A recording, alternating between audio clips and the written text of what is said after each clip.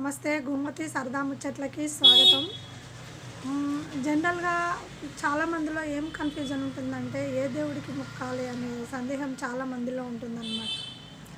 కానీ నేనేం చెప్తానంటే, ఏ దేవుడికైనా మొక్కొచ్చు.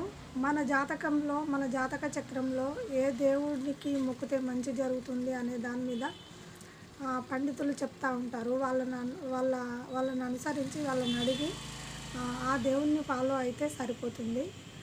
ఇంకోటేంటంటే, దేవుడు నాకు మొక్కండి, నాకు కొబ్బరికాయ కొట్టండి అని చెప్పి ఎప్పుడూ చెప్పలేదు. తోటి వారికి సహాయం చేయండి, మూగజీవాలను ఆదరించండి అనే దాని మీదనే, మానవ సేవ మాధవ సేవ అనే కాన్సెప్ట్ మీదనే దేవుడు చెప్తూ ఉంటాడు. మన శత్రువునైనా సరే ఆపదలో ఉన్నప్పుడు ఆదుకోవాల్సిన అవసరం మానవుడికి ఎంతైనా ఉంది. మన హృదయంలోనే దేవుడు ఉన్నాడనమాట. మన హృదయము ఇది మంచి చేస్తున్నావా అని నీకు అనిపిస్తే అందులోనే దేవుడు నీతో అనుసంధానమై ఉన్నాడని నువ్వు అర్థం చేసుకోవాలి. దేవుడు ఎక్కడో లేడు, నీ హృదయంలోనే ఉన్నాడు.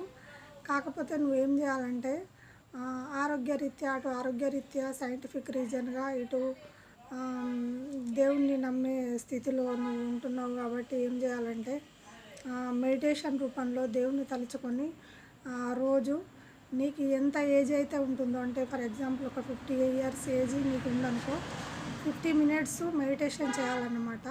నీకు నచ్చిన దేవుణ్ణి తలుచుకొని, దేవతా రూపాన్ని తలుచుకొని, నీకున్న ఏజ్ ఎంతైతే ఏజ్ ఉందో అన్ని మినిట్స్ మెడిటేషన్ చేయడం వల్ల చాలా హెల్దీగా ఉంటావని అర్థం చేసుకోవాలి.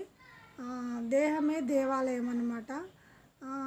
తోటి వారికి హెల్పింగ్ నేచర్గా ఉండి మూగజీవాలను ఆదరించిన వాడెవడైనా మానవుడు మాధవునితో సమానము అని అర్థం చేసుకోవాలి.